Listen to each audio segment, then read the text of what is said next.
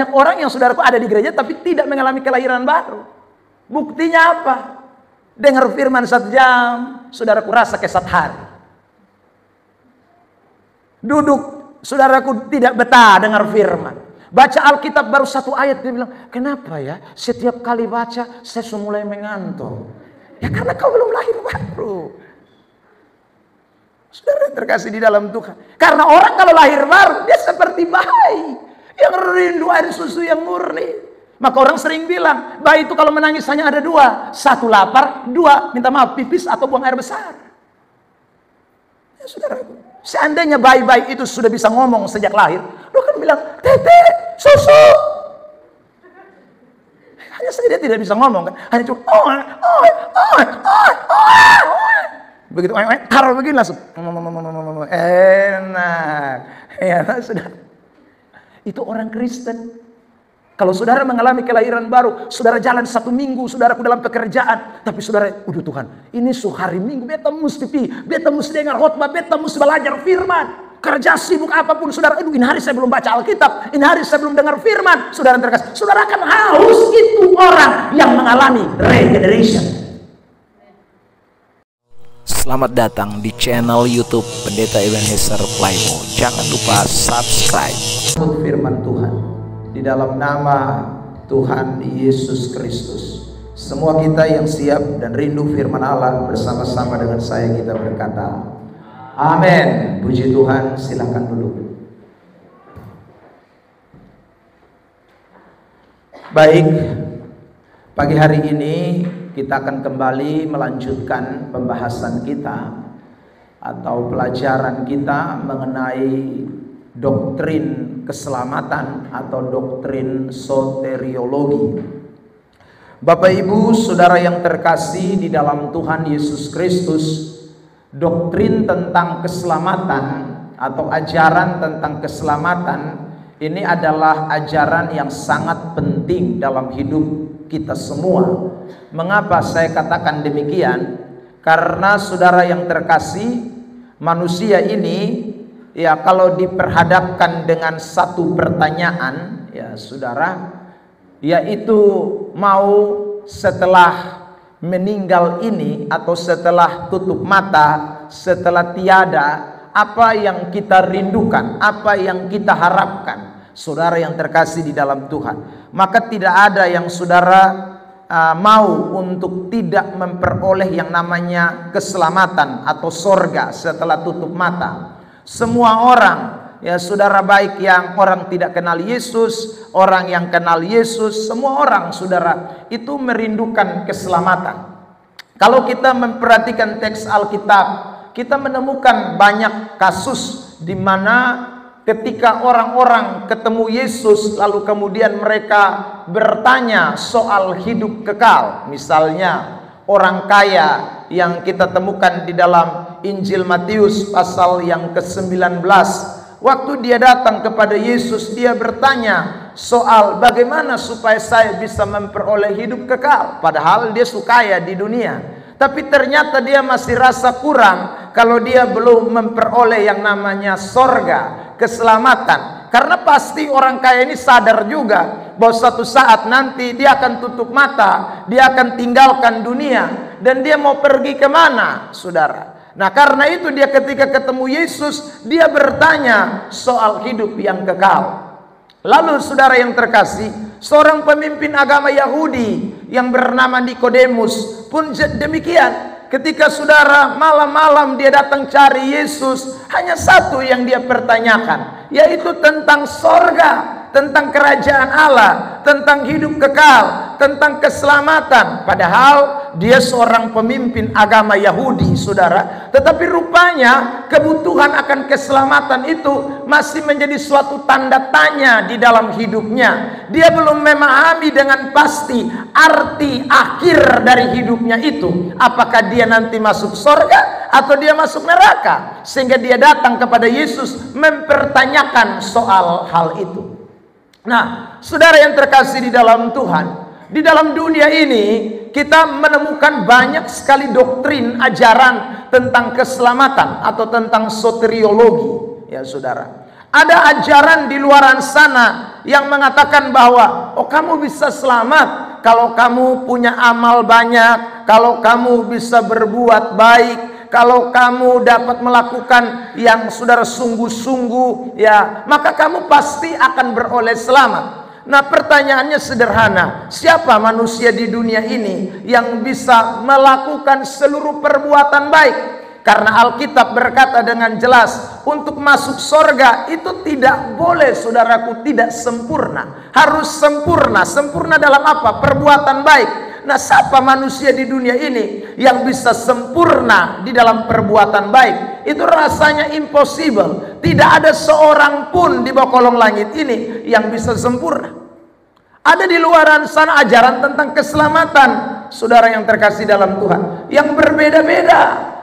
Ada yang bilang selamat, ya saudara, itu karena usaha, tadi saya bilang. Lalu ada yang bilang lagi selamat itu karena kalau kita mengalami yang namanya transformasi, ya, setelah saudara dan saya menjadi orang-orang yang meninggal lalu kemudian kita diinkarnasi, maka saudara akan masuk sorga atau saudara akan melihat sesuatu yang lebih baik. Nah, itu ajaran-ajaran yang kita bisa temukan di luaran sana, saudara. Nah, di dalam kekristenan kita memiliki doktrin atau ajaran tentang keselamatan juga yang harus kita pahami. Jangan sampai kita masuk gereja tapi keselamatan kita masih pertanyakan seperti Nikodemus. Jangan sampai kita sudah sekian tahun jadi orang Kristen tetapi keselamatan kita masih bingung-bingung, saudara yang terkasih di dalam Tuhan. Nah, karena itu saya dalam beberapa minggu ini akan terus membahas seputaran tentang doktrin atau ajaran ini. Sebab ini saya rasa menjadi satu kebutuhan yang sangat penting bagi kehidupan kekristenan kita. Nah, mari kita lihat dulu tahapan-tahapan atau urut-urutan atau bagian-bagian dalam ajaran soteriologi itu.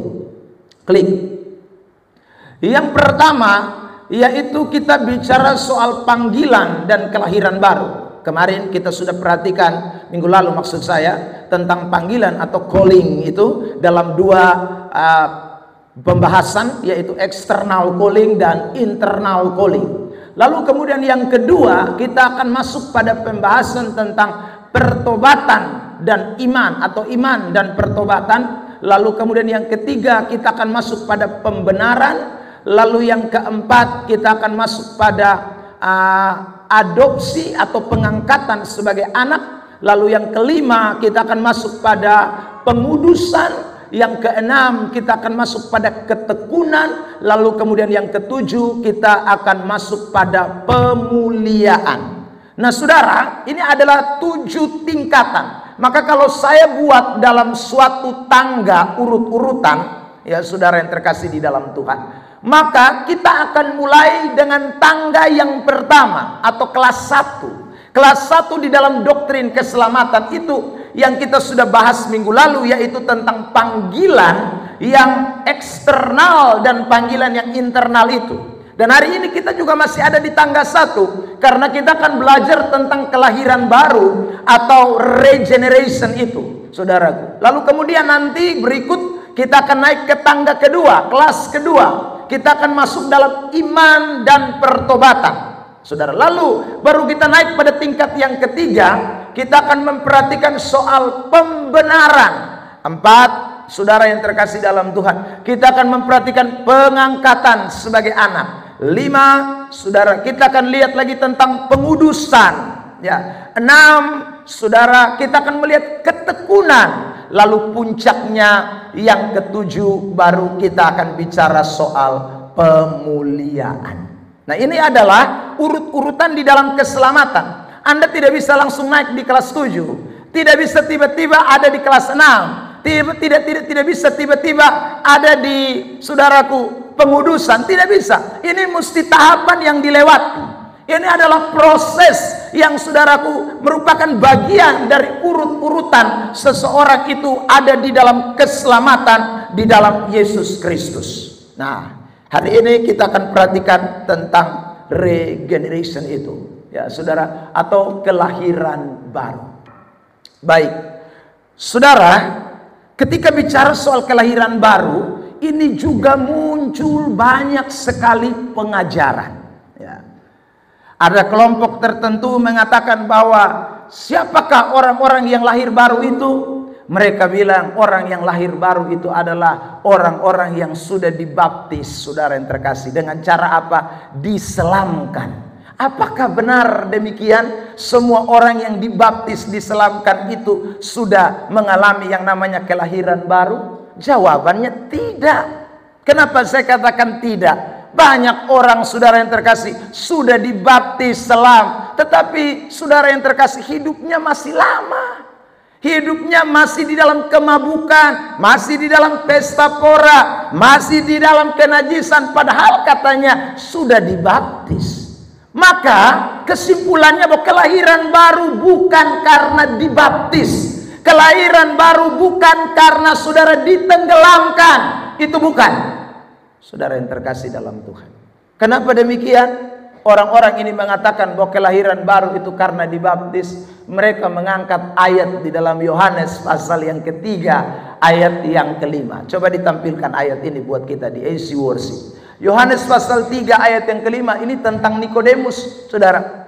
Waktu Nikodemus datang kepada Yesus dan bertanya, Yesus, bagaimana aku akan beroleh hidup yang kekal? Lalu Yesus menjawab dia bahwa kamu harus dilahirkan. Itu ayat berkata, dari air dan roh. Lalu orang bilang, oh air itu berarti baptisan. Saudara yang terkasih di dalam Tuhan, tidak ada di dalam Yohanes pasal yang ketiga itu. Kalau saudara baca mulai ayat 1 cerita tentang Nikodemus sampai dengan ayat yang terakhir tentang cerita Nikodemus, tidak pernah Yesus kemudian membaptis Nikodemus. Tidak pernah. Saudara, itu berarti, saya ulang lagi, pernyataan bahwa kelahiran baru itu karena dilahirkan, itu karena dibaptis air, itu adalah pemahaman yang tidak tepat. Saudara yang terkasih, alasan yang kedua kenapa saya katakan bahwa baptisan selam itu bukan merupakan tanda kelahiran baru, saudara yang terkasih, alasan yang kedua, kita bisa melihat contoh kasus di dalam Alkitab. Saya tanya saudara, ya, penjahat yang disalibkan bersama dengan Tuhan Yesus itu ada dua, ya, saudara yang terkasih. Salah satu masuk sorga. Alkitab berkata bahwa Yesus sendiri bilang, hari ini juga engkau berada dengan aku di Firdaus. Saudara, sekarang saya tanya, kalau ini orang masuk sorga, dia dibaptis selam atau tidak? Tidak, ya. Karena tidak ada dibilang dalam Alkitab, maka setelah dia mendengar Injil dari Yesus Kristus, dia turun dari salib, dia memberikan dirinya kepada Petrus atau Yohanes, lalu membawa si penjahat itu ke sungai Yordan, maka dibaptislah si penjahat itu di sungai Yordan. Tidak ada, saudara. Tetapi Alkitab berkata dengan jelas, Yesus sendiri bilang bahwa hari ini juga dia ada di dalam kerajaan Allah. Itu berarti saudara, dia memang tidak dibaptis, tapi dia mengalami kelahiran baru. Amin. Jadi orang bisa, dia tidak dibaptis, tapi dia mengalami kelahiran baru. Bisa, saudara, dalam tanda kutip, ya. Ini penting buat kita semua untuk memahami, saudara, sehingga kita tidak terperangkap kepada sesuatu yang tidak alkitabiah. Rame-rame semua bilang, saya mau baptis karena saya mau lahir baru. Itu tahu habis baptis tidak lahir baru juga. Saudara yang terkasih dalam Tuhan. Nah, kalau begitu, sekarang kita mau belajar tentang apa yang Alkitab katakan tentang kelahiran baru itu, ya, atau regeneration itu. Saudara yang terkasih di dalam Tuhan, mari klik. Ya. Saudara, panggilan dan kelahiran baru, perhatikan perbedaan panggilan keselamatan dan kelahiran baru. Saya mau mulai dari ini.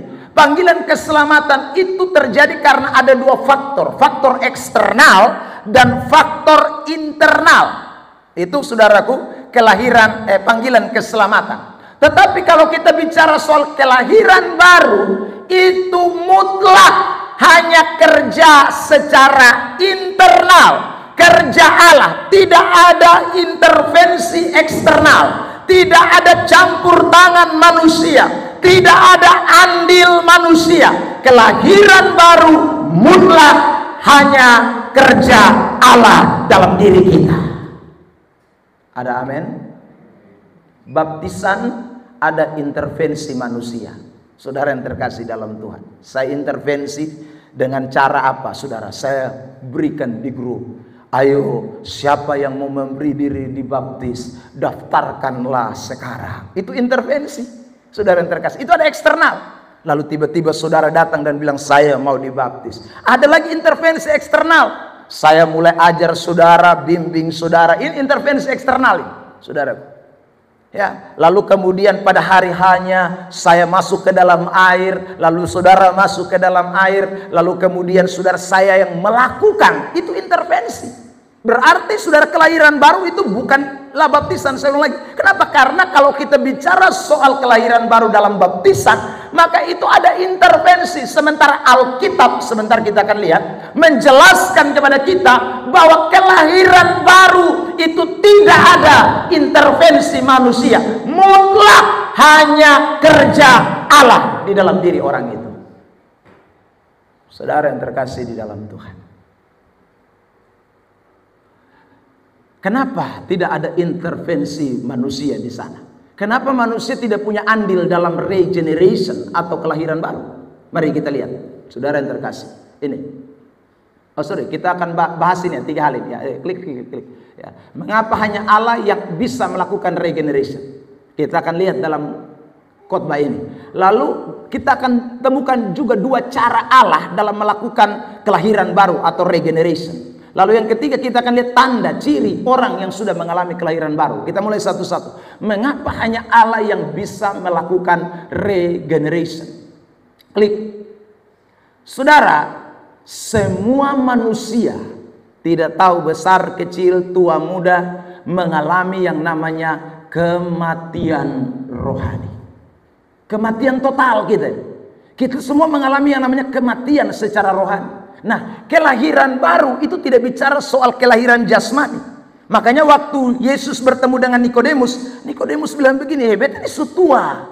Mau karena mana lagi beta bisa masuk ke dalam beta rahim ibu, lalu beta dilahirkan? Itu impossible. Tapi Yesus tidak bicara soal kelahiran jasmani. Kelahiran jasmani kita semua sudah alami. Tapi kelahiran rohani, karena kita semua sedang ada di dalam kematian secara rohani.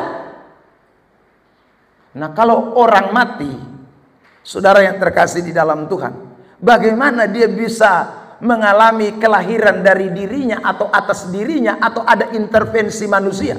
Siapa manusia di dunia ini yang bisa kasih bangkit orang mati? Saudaraku, siapa manusia di dunia ini yang saudaraku bisa membangunkan orang yang tidak ada napas? Tidak ada. Itu kecuali hanya Allah yang bekerja saja. Maka tidaklah mungkin saudara dan saya dalam kematian secara rohani, dalam dosa yang melilit kita, dalam lumpur dosa yang menenggelamkan kita, kita adalah total kematian. Bukan setengah mati, bukan saudaraku setengah hidup, bukan. Ini mati total rohani kita karena dosa. Makanya kalau kita baca dalam kitab Kejadian, saudara, pasal 3, Yesus bilang, Tuhan Allah bilang apa? Pada waktu engkau makan buah ini, engkau pasti mati. Lalu sekarang saya tanya, saudaraku, apakah waktu Hawa dan Adam makan, mereka mati? Tidak jasmaninya, tapi rohaninya mati. Sejak itu rohaninya mati. Sejak itu semua yang lahir dari keturunan Adam, semua yang lahir dari keturunan saudaraku manusia pertama itu lahir di dalam dosa, dan semua mengalami yang namanya kematian. Tidak ada yang tidak mati. Saudara yang terkasih, lihat Efesus pasal yang kedua ayat 1. Kita baca bersama-sama teks ini. 1, 2, 3. Kamu dahulu sudah mati. Karena apa? Pelanggaran-pelanggaran dan dosa-dosamu. Jadi kita semua ini sudah mati. Jadi tidak mungkin orang mati bisa lahir baru. Itu impossible, saudara yang terkasih dalam Tuhan.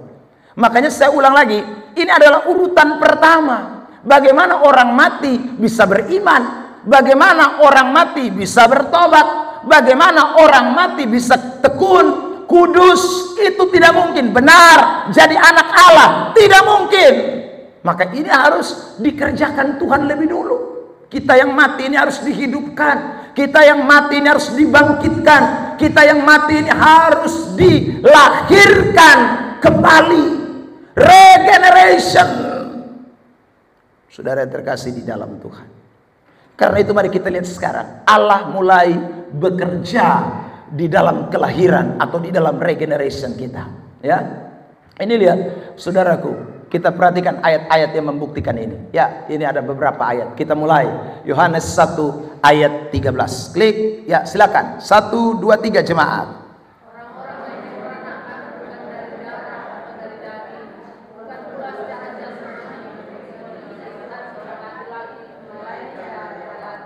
Melainkan dari siapa? Allah. Jadi kita diperanakan atau kita dilahirkan, saudaraku, kembali, itu bukan dari papa mama kita lagi, bukan dari darah dan daging, tetapi saya ulang saudara, itu kita dilahirkan dari Allah. Maka ini saudara jangan lupa. Jadi regenerasi atau saudaraku, pembaharuan, kelahiran kembali, itu tidak kerja kita, itu dari Allah. Bukan keinginan laki-laki dan perempuan, bukan keinginan jasmani, tapi itu mutlak cara kerja Allah di dalam diri kita. Lihat lagi ayat ini, saudaraku, Titus 3 ayat 5. Ya, jemaat, 1, 2, 3.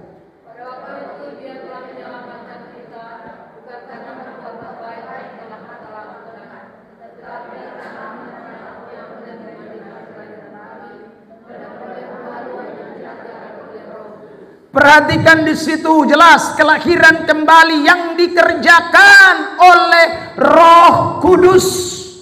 Jadi tadi Allah, Yohanes 1:13 bilang, Titus 3 ayat 5 bilang Roh Kudus. Saudara, ini tidak ada manusia di dalamnya ini. Ini mutlak kerja Allah. Lihat lagi ini ayat, saudara yang terkasih di dalam Tuhan. 1 Petrus 1 ayat 3. Ya, 1, 2, 3.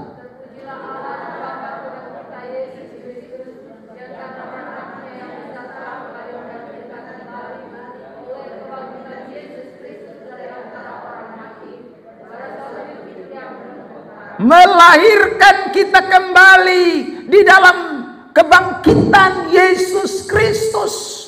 Saudara yang terkasih dalam, berarti lihat, Allah Bapa, Yohanes 1 ayat 13, Roh Kudus, Titus 3 ayat 5, 1 Petrus 1 ayat 3, Yesus Kristus. Jadi saudara, jadi 3 pribadi ini yang mengerjakannya. Allah Tritunggal, tidak ada campur tangan manusia. Ini mutlak kerja Allah. Jadi kelahiran baru itu adalah kerja Allah. Sebagaimana Allah menciptakan kita secara jasmani waktu saudaraku di Taman Eden itu, ya, Kejadian pasal 1, demikian juga Allah yang sama melahirkan baru kita, menciptakan kita kembali seperti yang dikatakan di dalam 3 teks nats Alkitab ini.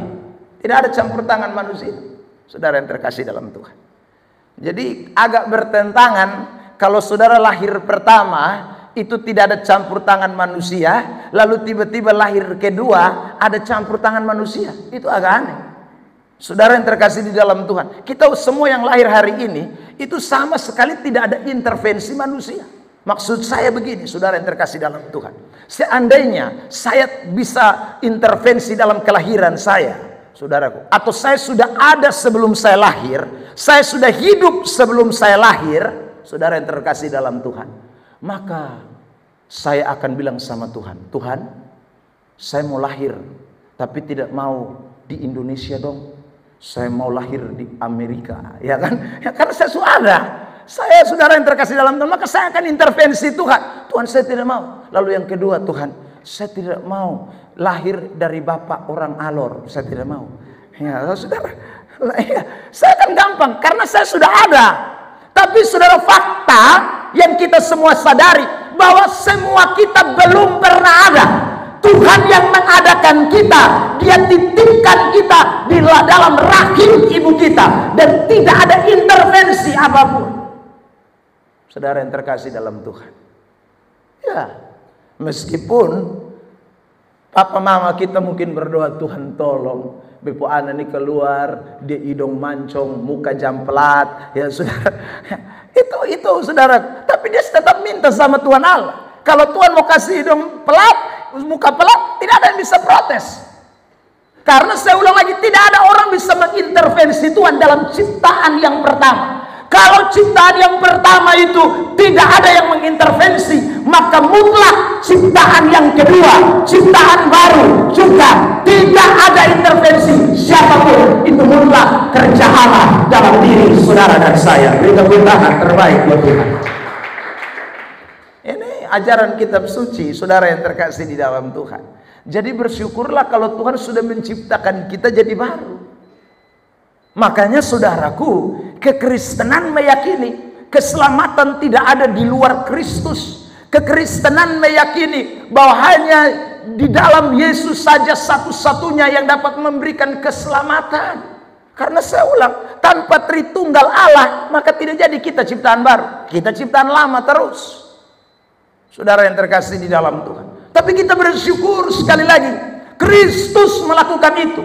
Tritunggal Allah melakukan itu di dalam hidup saudara. Roh Kudus mengerjakan itu. Allah Bapa mengerjakan itu. Ya. Nah, sekarang kita akan lihat bagian kedua. Ini cara kerja Allah melakukan kelahiran kembali. Ini cara kerja Allah. Saudara, yang pertama, seperti kita semua ini lahir karena ada pembuahan. Ya.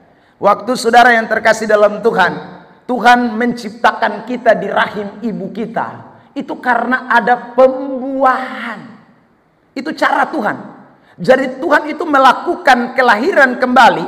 Juga demikian, dia melakukannya lebih dulu dengan cara pembuahan. Saudaraku, ini ya. Lalu yang kedua nanti kita akan lihat, baru ada namanya kelahiran. Kalau tidak dibuahi, bagaimana mau lahir? Kalau tidak dibentuk, bagaimana mau lahir? Saudara yang terkasih, saya kan bisa jadi Ebenezer ini karena ada pembuahan di rahim ibu saya. Saudaraku, sel sperma ketemu dengan sel telur, lalu kemudian jadilah zigot, embrio, dan embrio atau zigot itu bertumbuh di dalam rahim ibu saya selama 9 bulan. Itu namanya pembuahan. Saudara. Lalu kemudian melahirkanlah ucuk-ucuk tanggal 4 April 1982. Namanya Ebenezer Playmo. Itu karena ada pembuahan. Kalau tidak ada pembuahan, tidak bisa. Makanya agak aneh. Kalau ada orang, saudara yang terkasih di dalam Tuhan, dia bilang, saya juga tidak tahu kenapa saya hamil. Hai? Kau kenapa tidak tahu kau hamil? Itu agak aneh, saudara yang terkasih. Karena kalau tidak ada pembuahan, kau tidak hamil. Itu ada proses pembuahan, dan itu kerja Allah. Saudara yang terkasih dalam Tuhan. Nah, sekarang kita lihat ya, step by step. Kita mulai dari pembuahan. Saya mau tunjukkan ayat-ayat buat kita tentang pembuahan itu, ya, yang dilakukan oleh Allah.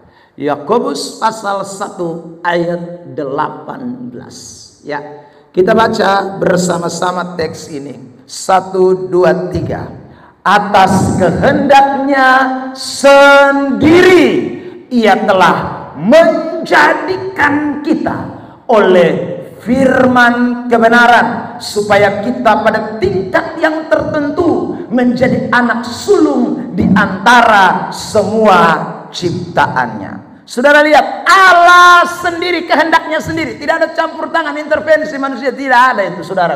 Lalu ada kalimat menjadikan dari kata apokueo dalam bahasa Yunani yang berarti membuahi. Ya. Terjemahan Alkitab kita sekarang, saudaraku, yang terjemahan baru sekali, ya, saudara yang terkasih, itu mengatakan bahwa atas kehendaknya sendiri Ia telah melahirkan. Jadi kata menjadikan itu dipakai kata melahirkan.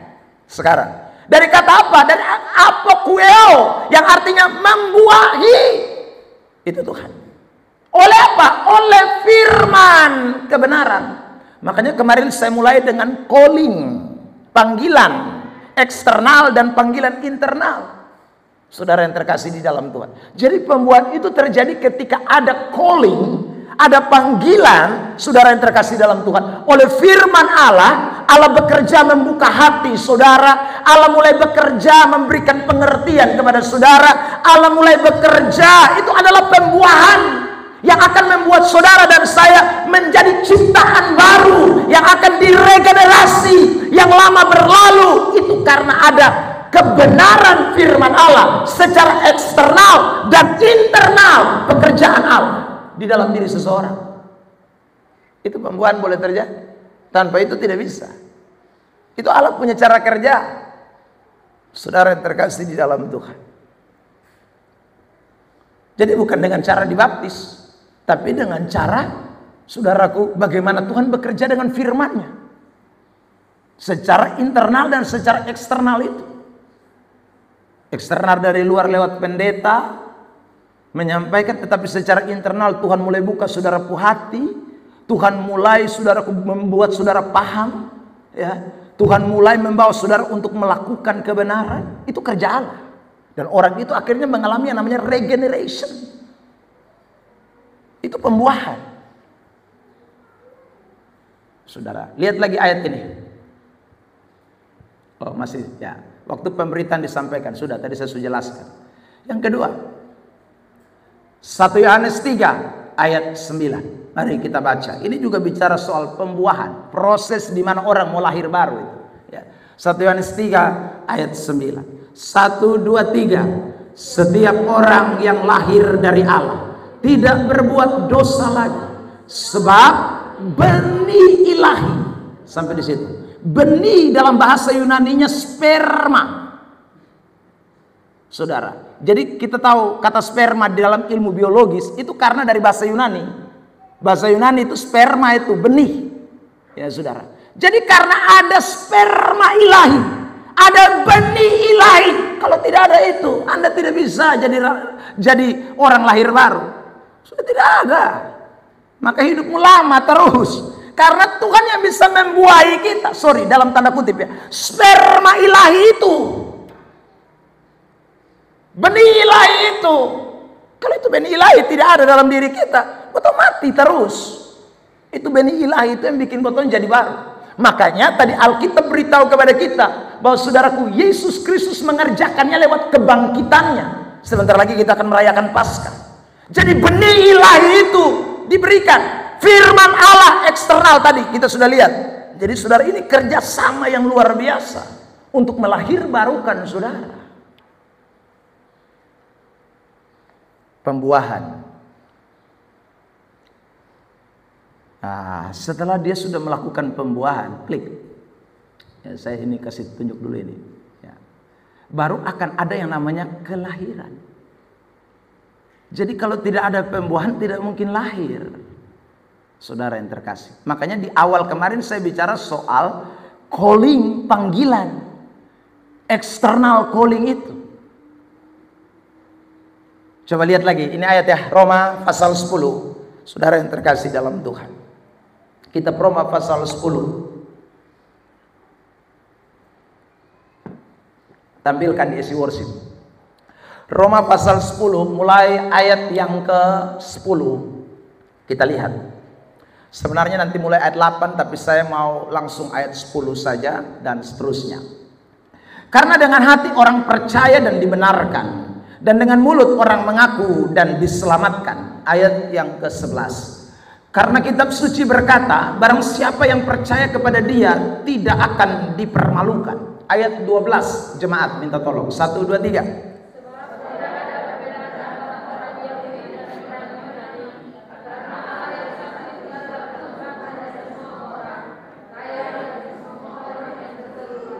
Ayat 13, saudara yang terkasih. 1, 2, 3. Sebab barang siapa yang berseru kepada nama Tuhan akan diselamatkan. Tapi ayat 14 ini penting. Silakan 1, 2, 3. Tetapi bagaimana mereka dapat berseru kepadanya jika mereka tidak percaya kepada dia?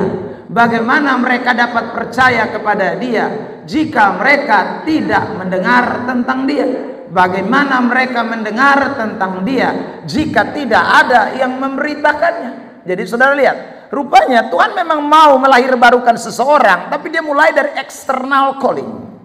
Dia mulai dari panggilan. Dia suruh kita beritakan Injil, bersaksi. Sudah, dia suruh kita. Nanti baru dia bekerja secara internal, saudaraku. Dia yang kemudian membuahi, dia yang bekerja dengan benih ilahinya. Itu kerja Tuhan.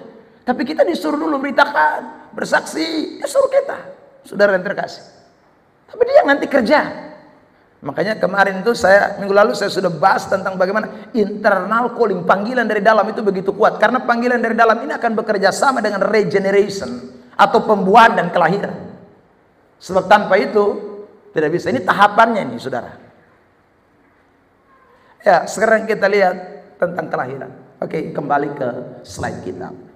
Jadi saudara, setelah orang itu mengalami pembuahan, maka orang itu akan dilahirkan.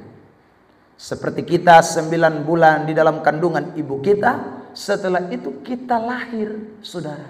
Nah, kita lahir itu juga, saudara yang terkasih di dalam Tuhan, karena kerja Allah di dalam diri kita.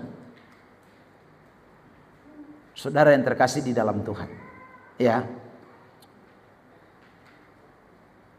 Kenapa saya mau mulai dengan ini? Saudara lihat ini ya. Sebenarnya kita semua ini memahami kelahiran manusia itu pun tidak ada karena proses, saudaraku yang terkasih dalam Tuhan, intervensi dari manusia itu. Ya, itu Allah semua yang bekerja, Allah semua yang berdaulat.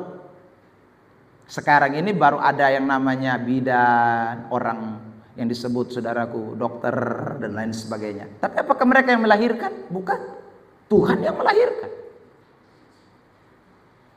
Biarpun dokter sehebat-hebatnya, kalau Tuhan tahan, lu suntik obat, saudaraku, perangsang sampai 5 suntikan pun ini anak tidak keluar. Saudara yang terkasih dalam Tuhan, secanggih-canggihnya ilmu medis, kalau Tuhan tidak mengizinkan kelahiran, selesai, mati kita dalam kandungan. Ya, tidak ada manusia bisa kasih saudara lahir orang dengan selamat. Itu intervensi Allah secara jasmani loh, saudara. Nah, demikian juga secara rohani. Kita ini dilahirkan mutlak juga karena Allah yang melahirkan kita. Setelah dia buahi kita dengan benih ilahinya, dengan firman-Nya, dengan kuasanya, saudara, dia juga yang kemudian melahirkan saudara dan saya. Lihat Yohanes pasal yang ketiga. Mari kita lihat ayat 3 sampai dengan ayat yang ke-6. Oke, ada di slide, saudara bisa perhatikan. Kita baca ya bersama-sama di dalam hitungan yang ketiga. 1, 2, 3. Yesus menjawab katanya, aku berkata kepadamu, sesungguhnya jika seseorang tidak dilahirkan kembali, ia tidak dapat melihat kerajaan Allah. Kata Nikodemus kepadanya, bagaimanakah mungkin seorang dilahirkan kalau ia sudah tua? Dapatkah ia masuk kembali ke dalam rahim ibunya dan dilahirkan lagi? Jawab Yesus, aku berkata kepadamu, sesungguhnya jika seorang tidak dilahirkan dari air dan roh, ia tidak dapat masuk ke dalam kerajaan Allah. Ini penting, kalimat terakhir. 1, 2, 3. Apa yang dilahirkan dari daging adalah, terus apa yang dilahirkan dari roh, R-nya besar, adalah roh. Saudara, saya kembali kepada apa yang tadi saya jelaskan di awal. Kita semua, saudaraku, memiliki tubuh. Tubuh kita ini, saudaraku, di luar, tapi ada roh. Manusia diciptakan. Tadi Kejadian pasal 3, ingat, tubuhnya tidak mati, dagingnya tidak mati, tapi rohnya yang mati. Jadi apa yang dilahirkan dari daging tetap daging, masih ada. Tetapi apa yang dilahirkan dari roh, R-nya besar, itu baru akan melahirkan roh. Saudara yang terkasih dalam Tuhan. Jadi roh kita yang mati ini, kalau Roh Kudus tidak lahirkan kembali, maka kita tidak punya roh yang hidup, saudaraku. Kita pasti punya roh yang mati. Maka kalau roh kita mati, Alkitab berkata dalam Matius pasal yang ke-26, ayat yang ke-41, saudaraku, daging adalah lemah, roh penurut. Nah, roh yang penurut ini kalau mati, daging yang lemah kuasai kita. Sehingga kita akan hidup dalam perbuatan-perbuatan daging. Kita akan hidup di dalam dosa. Kita hidup di dalam kenajisan. Maka Tuhan mau supaya rohmu yang penurut itu dihidupkan. Roh saudara dan saya itu tidak boleh tidur, tidak boleh mati, tidak boleh tenggelam, tapi harus dibangkitkan. Maka saudaraku, Dia melahirkan kita kembali. Sehingga saudara dan saya sekarang jadi ciptaan baru, Alkitab katakan. Nah, ciptaan baru yang tubuhnya hidup, tetapi juga rohnya hidup. Ciptaan baru yang kembali kepada serupa dan segambar dengan Allah. Bukan lagi ciptaan lama yang sudah jatuh di dalam dosa, rohnya mati di sana. Saudara yang terkasih dalam Tuhan, maka Allah itu melahirbarukan kita. Saudara yang terkasih dalam Tuhan. Jadi kelahiran itu, next, memperbaharui roh manusia. Kalau saudara baca dalam kitab Yeskiel, di situ dikatakan, aku memberikan roh yang baru dan hati yang baru kepada kita semua. Jadi roh kita yang lama mati karena dosa, tapi Tuhan datang, Dia melakukan yang namanya regeneration. Dia buahi kita, saya ulang lagi, lalu kemudian Dia melahirkan kita, sehingga kita tampil menjadi manusia sekarang, tapi manusia yang rohnya hidup, manusia yang rohnya tidak mati, manusia yang rohnya sudah diciptakan kembali oleh kerja kuasa Allah. Beri tepuk tangan terbaik buat Tuhan Yesus. Kalau tidak, ya saudara manusia tapi daging saja yang hidup, rohnya mati. Maka saudara yang terkasih dalam Tuhan, tidak pernah bisa hidup di dalam pertobatan. Tidak bisa pernah saudara tinggalkan dosa. Saudara tidak akan bisa hidup di dalam iman yang sungguh. Omong kosong. Pi gereja, iya saudaraku, tapi itu hanya pi gereja sah. Tapi manusia rohnya belum dibaharui. Harus Tuhan yang baharui dulu. Saudaraku, maka saya ulang lagi, biarpun subaptis salam keluar air, saudaraku, begitu menggigil dia bilang, bisa tahan lah, bisa tahan tepi pojok dulu. Tarik rokok ulang. Padahal kita baru kasih tenggelam. Apakah habis tarik rokok? Mari ulang. Mari kau kasih minum air tambah. Pak! Saudara, percuma. Karena saya ulang, rohnya tidak dibaharui.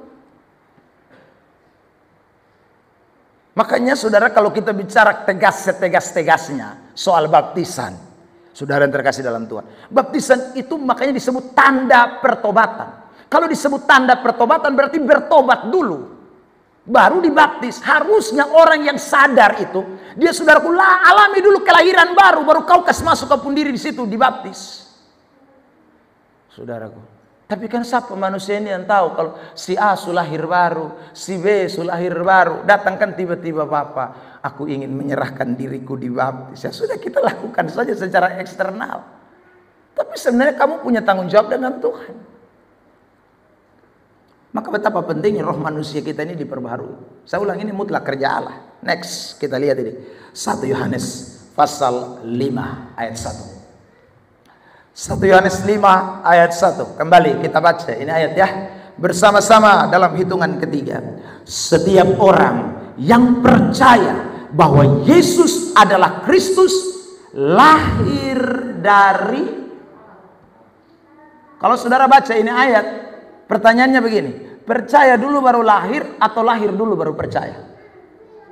Setiap orang yang percaya bahwa Yesus adalah Kristus lahir dari Allah, itu berarti lahir dulu baru bisa percaya.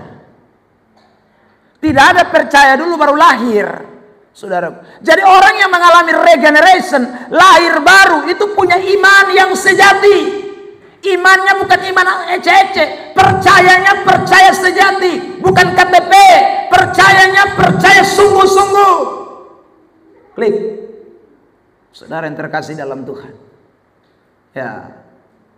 Tapi kalau belum lahir baru, pergi gereja, iya, Kristen KTP. Percayanya belum.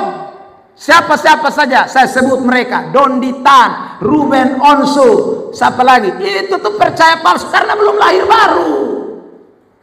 Maka satu saat kau jadi pengkhianat, satu saat kau murtad, satu saat kau jadi mualaf, satu saat kau tinggalkan Yesus karena kau tidak punya percaya yang sejati. Hanya orang yang lahir baru yang memiliki percaya iman yang sejati kepada Kristus Yesus. Sekarang kita belum tahu, tapi nanti fakta akan membuktikan. Lihat ini ayat 1 Yohanes pasal 2 ayat 18. Belum kakak? 1 Yohanes pasal 2 ayat 18.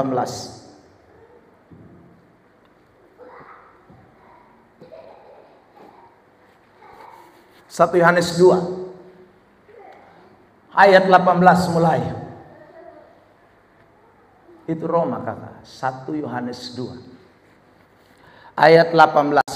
Ya, sama-sama kita baca ya. 1, 2, 3. Anak-anakku, waktu ini adalah waktu yang, dan seperti yang telah kamu dengar, seorang antikristus akan datang. Sekarang telah bangkit banyak antikristus. Itulah tandanya bahwa waktu itu ini benar-benar adalah waktu yang terakhir. Ayat 19, 1 Yohanes pasal 2. 1 Yohanes pasal 2 ayat 19. Memang mereka berasal dari antara kita, tetapi mereka tidak sungguh-sungguh termasuk pada kita. Sebab jika mereka sungguh-sungguh termasuk pada kita, niscaya mereka tetap bersama-sama dengan kita. Tetapi hal itu terjadi supaya menjadi nyata bahwa tidak semua mereka sungguh-sungguh termasuk pada kita. Jadi nanti akan muncul lagi banyak Ruben, banyak Kainama, banyak Yahya Waloni. Itu akan nanti banyak. Bukan hanya dong separuh iko. Saya berharap tidak ada yang sumbang dari glow of love. Ya, saudara. Sebab kalau itu membuktikan bahwa saudara tidak lahir baru. Sebelum kedatangan Tuhan akan terjadi dulu murtad. Alkitab sudah bilang. Lihat Matius 24. Tampilkan ayat yang ke-9 mulai. Perhatikan. Matius 24. Jadi kan sebelum Yesus datang tuh orang mesti murtad dulu. Orang mesti tinggalkan Tuhan dulu. Siapa dong? Dong yang tidak regeneration. Sebab kalau tidak lahir baru, percayanya percaya palsu. Percayanya tidak percaya sejati. Imannya iman palsu. Pada waktu itu, kamu akan diserahkan supaya disiksa. Dan kamu akan dibunuh dan dibenci semua bangsa oleh karena namaku. Ayat 10, saudaraku. Matius 24, ayat 10, klik. Dan banyak orang akan keras. 1, 2, 3. Sedikit kok banyak? Banyak. Anak-anak Tuhan, tantangan kita ke depan ini bukan main-main. Makanya kalau percaya yang setengah-setengah, pasti akan habis. Arus akan bawa dia. Selesai. Makanya betapa pentingnya namanya regeneration. Atau kelahiran baru. Sebab tanpa kelahiran baru, Anda dan saya punya percaya palsu. Saya ulang lagi, itu percaya palsu. Pergi gereja tapi Kristen, sebenarnya Kristen palsu. Sebenarnya murtad. Pasti itu. Tinggal tunggu waktu. Alkitab ngomong nah. Makanya Yesus pernah bilang begini, saudara, kalau ada di satu ladang, ada lalang, ada gandum, jangan cabut, saudaraku. Maksudnya apa? Ya di dunia ini, saudaraku, di gereja, di tempat komunitas Kristen, kita bisa lihat semua Kristen. Tapi siapa yang bisa pastikan siapa lalang, siapa gandum? Dua-dua tumbuh bersama-sama. Tapi Alkitab sudah beri catatan bahwa ada waktu di mana akan, saudaraku, terjadi penuaian. Di waktu penuaian itulah Tuhan akan memisahkan mana yang gandum dan mana yang jerami, mana yang lalang. Tuhan sendiri yang akan memisahkan itu. Dan waktu pemisahan itu terjadi, tidak itu bicara soal akhir zaman. Kedatangan Tuhan Yesus yang mana akan terjadi banyak orang akan murtad dan tinggalkan Tuhan. Maka jangan kaget kalau orang-orang seperti itu meninggalkan Tuhan. Itu sembarang nubuatan Alkitab.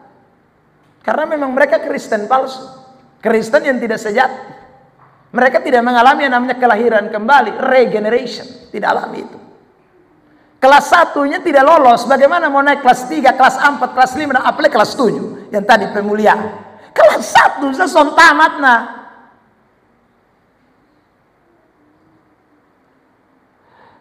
Terakhir bagian ketiga. Kan kita sudah bahas 3 bagian. 1, kenapa kita tidak bisa dilahirkan sendiri atau regeneration harus Tuhan. Saya sudah tunjukkan karena kita berdosa, lalu banyak ayat yang menyatakan bahwa Allah yang melahirkan kita. 2 cara pembuahan kelahiran. Sudah, sekarang yang ketiga. Saudara, apa saja tanda orang yang sudah mengalami regeneration? Tanda apa yang kita bisa lihat? Yang pertama, dia akan memiliki hati yang lapar dan haus akan firman. Itu tanda yang pertama.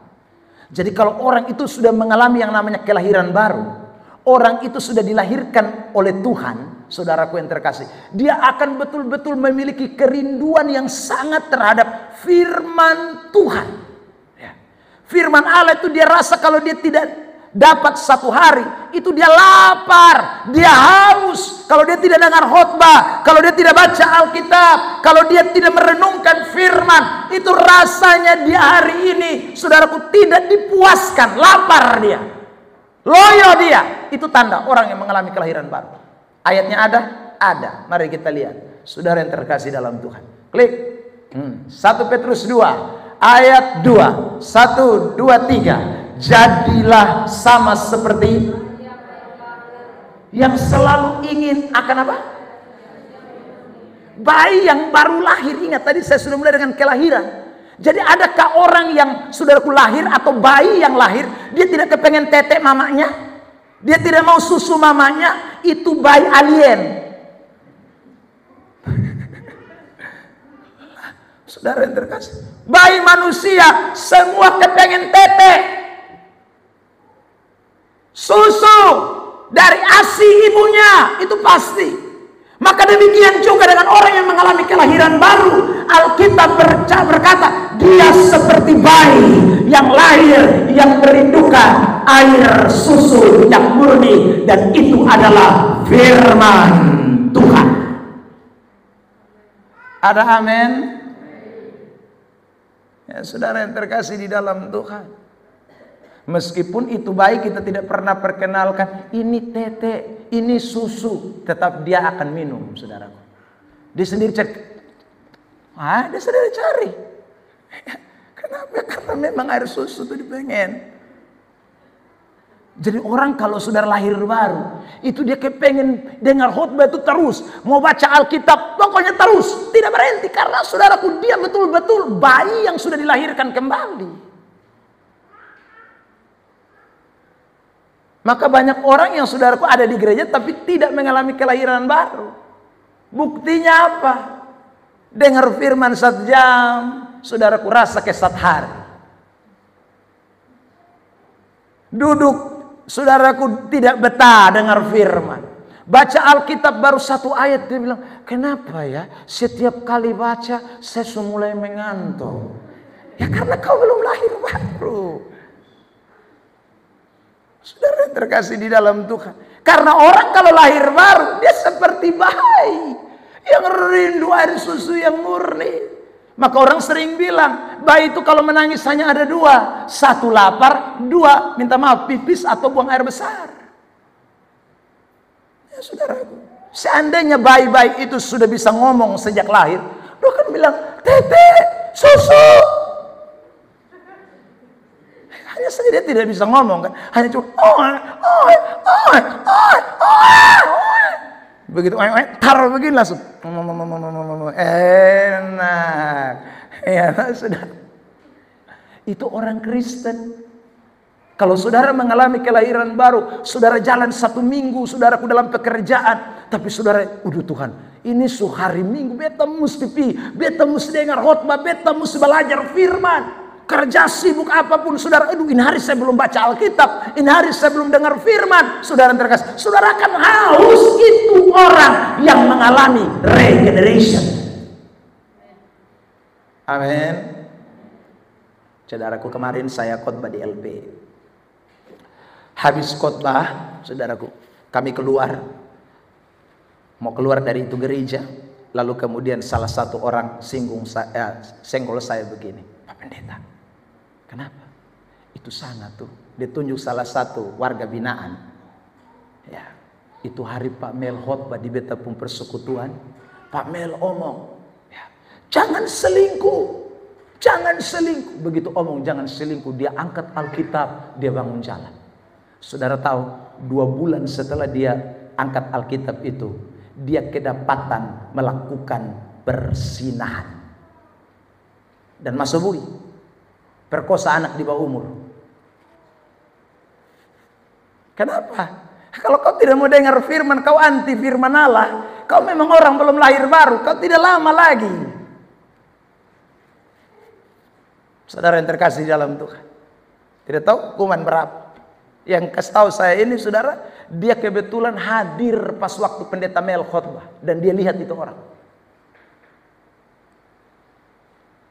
Kita ini semua butuh kebenaran, karena kita ini, saudara, orang-orang yang baru lahir, bayi yang baru lahir. Kalau soalnya kau mati, sudah lahir habis, soalnya minum susu, oh mati kau mati. Atau begitu lahir, saudara yang terkasih dalam Tuhan, Anda dibiarkan begitu dibuang, habis.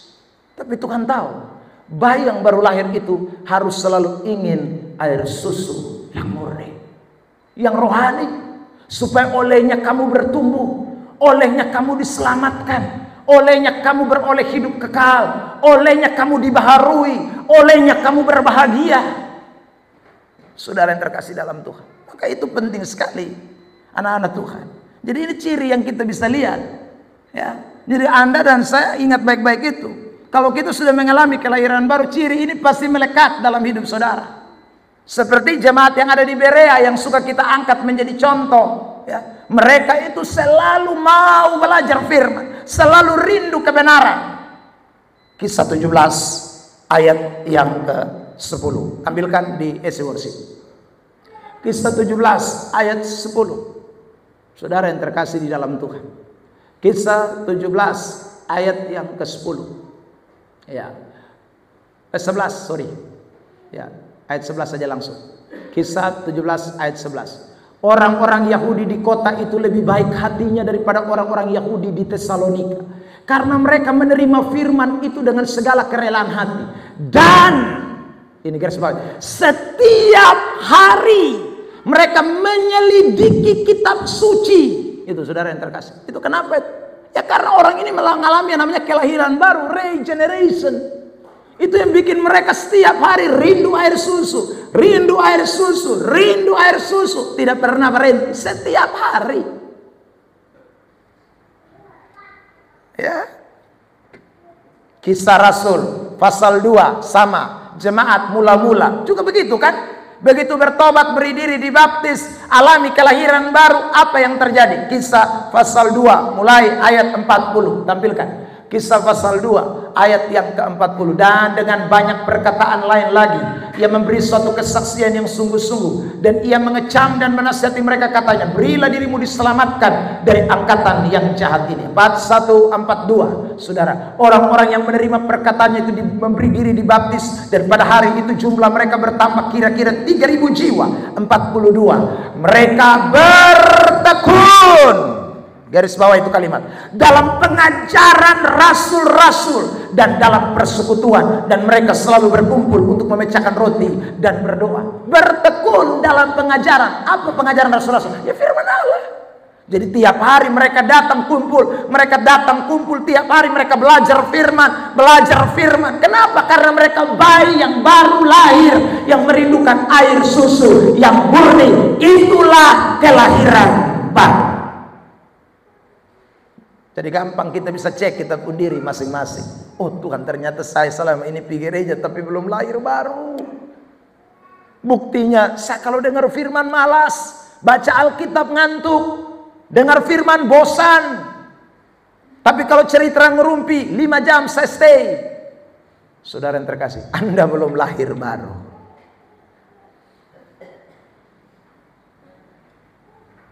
Orang lahir baru itu, aduh, itu tandanya. Itu tidak ada yang suruh, tidak ada yang suruh. Memang itu gairah itu dari dalam. Maka saya pernah bersaksi tentang Kapolda NTT. Siapa ada suruh dia? Siapa ada kasih kewajiban bilang baca Alkitab tiap hari? Tidak ada. Tapi saudara lihat, meskipun dia sesibuk-sibuknya, dia baca Alkitab. Karena itu kerinduan dari dalam. Ini orang lahir baru itu. Kerinduan dari dalam. Tidak ada yang suruh. Karena Tuhan kalau lahirkan seseorang, dia pasti akan punya gairah. Seperti tadi saya bilang, baik. Siapa yang suruh dia tete? Ada yang perkenalkan dia? Tidak ada. Dia sendiri kepengen. Itu lahir baru. Tanda kedua. Saudara yang terkasih di dalam Tuhan. Apa tanda yang kedua? Kembali kepada PowerPoint kita. Yang kedua, orang itu pasti hidup dalam pertobatan yang sungguh. Makanya minggu depan, bukan minggu depan, hari Jumat, kita akan melihat tentang iman dan pertobatan di kelas 2. Nah, ini kita sudah mulai masuk ini. Sebab orang kalau sudah mengalami regeneration, dia haus firman, dia rindu firman, belajar firman terus, pasti dia akan dalam pertobatan. Seperti tadi kisah 17 ayat 11. Orang Yahudi di Berea lebih baik dari orang Yahudi di Tesalonika. Lebih baik, kata lebih baik itu berarti bertobat. Lebih baik itu berarti saudara mereka berubah. Lebih baik itu bukan dari segi ekonominya yang lebih baik, bukan. Tapi hidup rohaninya yang jadi lebih baik. Mulai bertobat mereka. Pertobatan akan terjadi. Saudara yang terkasih dalam Tuhan. Karena tiap hari belajar firman. Tiap hari belajar Alkitab. Tiap hari baca firman. Masa tidak berubah-berubah? Tidak mungkin, saudara. Orang yang mengalami kelahiran baru, dia akan pasti hidup dalam pertobatan. Next, kita baca ayat ini. Ya, ayatnya. 2 Korintus 5 ayat 17. 1, 2, 3. Jadi siapa yang ada di dalam Kristus, ia adalah ciptaan baru. Yang lama sudah berlalu, sesungguhnya yang baru sudah datang. Lama supi, lama sulari, yang baru sudah datang.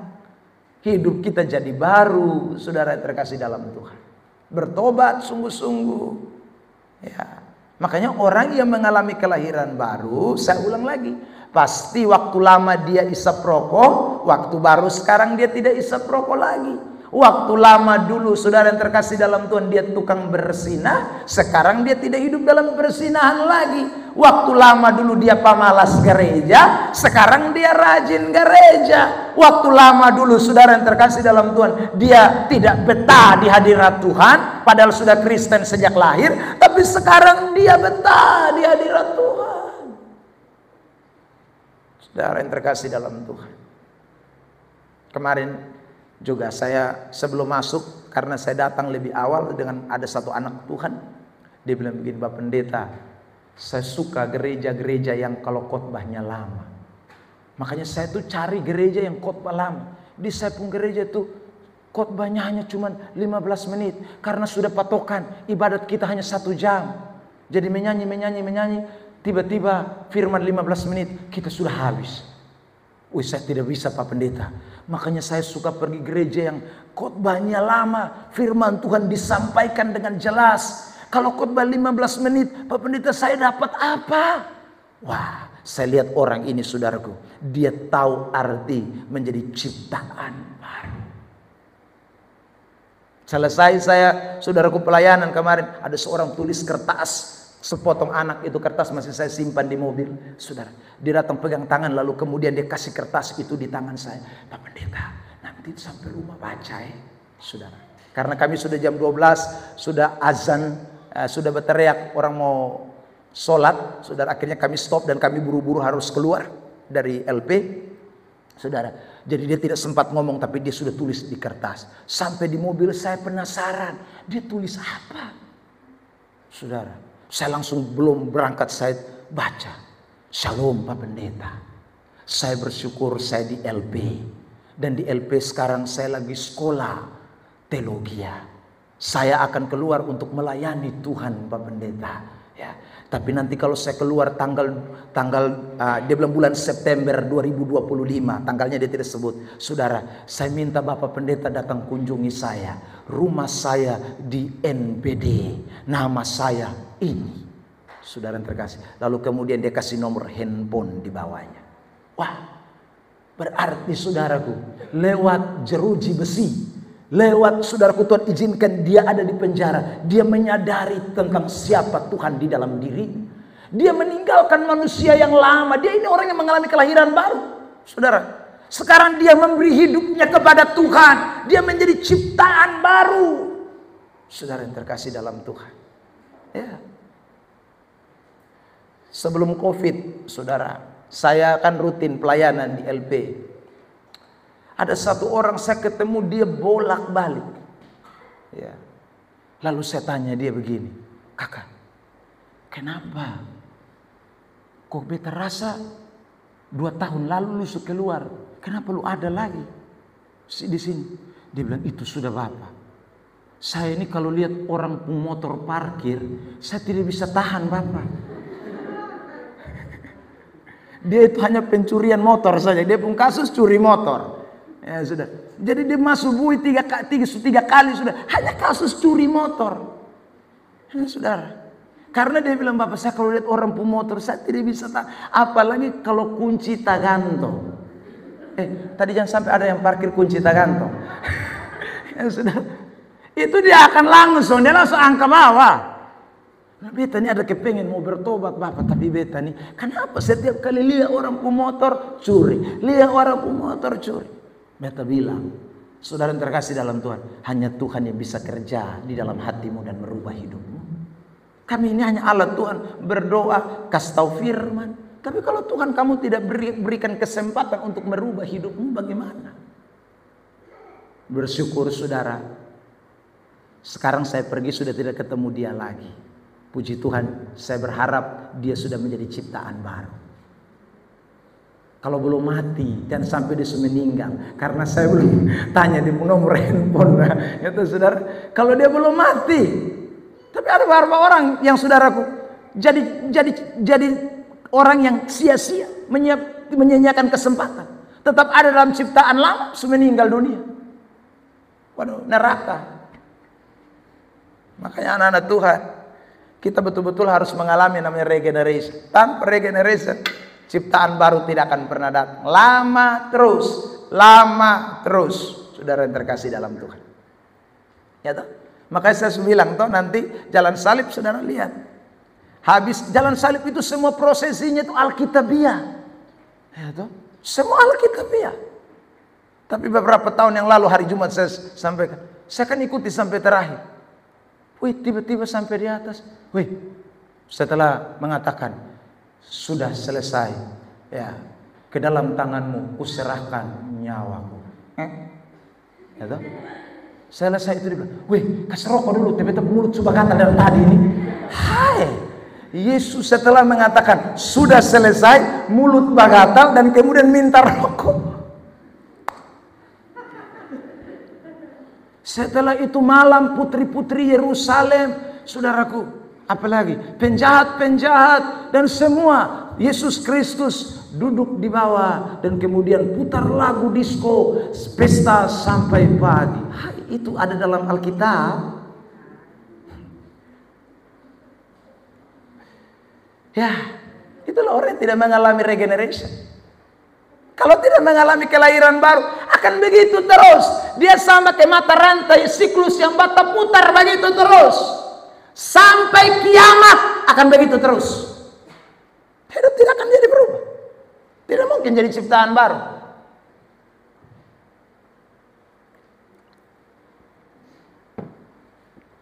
Karena itu jangan. Ketiga, terakhir. Kalau orang mengalami regeneration, kelahiran baru, dia mengasihi Allah dan mengasihi sesamanya. Itu yang terakhir. Pasti mengasihi Allah dan mengasihi sesamanya. Ya. Kalau tidak mengasihi Allah dan tidak mengasihi sesama, saudara yang terkasih di dalam Tuhan, maka itu orang belum mengalami kelahiran baru. Dia akan cinta Tuhan tambah hari tambah dalam. Makanya tadi saya bilang, tidak ada pengkhianat yang saudaraku lahir baru. Tidak ada. Semua pengkhianat itu belum lahir baru. Semua orang yang mualaf itu belum lahir baru. Sekalipun dia dokter teologi. Semua orang yang tinggalkan Yesus itu belum lahir baru. Karena orang lahir baru mengasihi Allah dan mengasihi sesamanya. Lihat ayat ini. Saudara yang terkasih dalam Tuhan. Klik. 3. Ya, klik. 1 Yohanes 4 ayat 7 ini kita mau tutup dengan bagian ini. 1, 2, 3. Saudara-saudaraku yang kekasih, marilah kita saling mengasihi, sebab kasih itu berasal dari Allah, dan setiap orang yang mengasihi lahir dari Allah dan mengenal Allah. Kemarin saya melihat unggahan status dari rektor saya STI Kupang. Dia bilang begini, kalau orang tiap hari menghakimi, dia tidak punya kesempatan untuk mengasihi orang lain. Saudara, lalu kemudian muncul pertanyaan, orang bilang begini, Pak, menghakimi yang bagaimana yang tidak mengasihi? Saudara yang terkasih dalam Tuhan. Lalu rektor saya ini menjawab, saudara, menghakimi itu tujuannya adalah menjatuhkan. Saudaraku, ya, menghakimi itu adalah tujuannya menjatuhkan. Tetapi saudaraku, kasih itu tujuannya membangkitkan. Kasih itu tujuannya adalah memulihkan. Kasih itu tujuannya adalah untuk saudaraku mendatangkan kebaikan. Itu kasih. Saudara yang terkasih dalam Tuhan. Jadi orang yang mengalami kelahiran baru, dia mengasihi sesamanya. Tapi dia punya tujuan. Untuk saudara yang terkasih dalam Tuhan, membawa orang yang dikasihinya itu semakin baik. Semakin lebih luar biasa. Saudara yang terkasih dalam Tuhan. Ya. Lalu rektor saya itu menulis lagi di bawah. Bedakan antara menghakimi dan menegur. Karena menghakimi itu maksudnya menjatuhkan, tetapi menegur itu maksudnya adalah mengasihi. Ada banyak orang Kristen tidak bisa membedakan mana menghakimi dan mana menegur. Orang tegur dia bilang hakimi. Itu bukan menghakimi. Menegur itu membawa saudara lebih baik. Membawa saudara jangan jatuh di dalam jurang. Membawa saudara tidak binasa. Itu menegur. Menghakimi itu saudara terkasih dalam Tuhan, menjustis, membuat saudara jatuh dalam hukuman. Saudara yang terkasih dalam Tuhan, itu beda. Maka ingatlah, kalau saudara mengasihi orang di sekitarmu, jangan biarkan dia binasa. Kalau saudara mengasihi orang di sekitarmu, jangan biarkan dia masuk jurang. Jangan biarkan dia pergi neraka. Itu orang yang mengasihi sesama. Dan itu tanda bahwa saudara adalah anak-anak yang lahir dari Allah.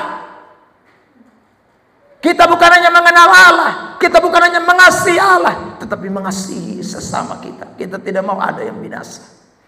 Saudara yang terkasih dalam Tuhan. Maka saya selalu bilang, kita terus berdoa buat orang-orang yang menganiaya kita, orang yang memusuhi kita, orang yang membenci kita. Kita terus berdoa. Kenapa? Karena kita mau orang itu diselamatkan. Kita mau orang itu, saudaraku, ada di dalam kehidupan yang kekal. Tapi kalau kita tidak, saudaraku, punya hati mengasihi, ya kita bilang, biar lulu gue dong. Buat apa urus orang kalau kita tidak mengasihi orang? Saya dan saudara, karena kita mengasihi, kita ingin orang lain sudah diselamatkan, kita urus orang.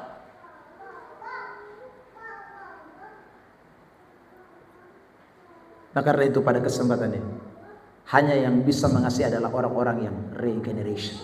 Tanpa regeneration tidak akan mengasihi. Tidak akan mengasihi, saudara. Nah, ini 3 tanda yang kita bisa lihat dari bicara soal regeneration. Nah, orang-orang seperti inilah yang seharusnya memberi dirinya dibaptis. Ya, kalau kita mau ikuti Alkitab ini begini, saudara, harus sampai di tahap ini dulu. Kalau belum tahap ini ya susah. Nanti saya bilang kita kasih tenggelam dia kumat ulang. Kita kasih tenggelam dia kumat ulang lagi. Karena dia belum mengalami regeneration. Tapi kalau orang sudah mengalami regeneration, dia betul-betul hidup dalam kehendak Tuhan. Belajar firman, dia semakin mengerti, semakin tahu. Oh, ternyata ini benar, saya harus ikuti. Oh, ini salah, saya harus buang. Ini yang sesungguhnya Alkitab bicarakan. Saudaraku, itu orang kalau mengalami yang namanya regeneration. Tuhan berkati kita. Nanti kita akan lanjutkan di hari Jumat. Saudaraku, khotbah masih tentang keselamatan, doktrin soteriologi, dan kita akan masuk kepada kelas 2 atau tingkatan yang kedua. Kita akan bicara soal iman dan pertobatan. Tuhan berkati kita. Pemain musik, mari maju ke depan.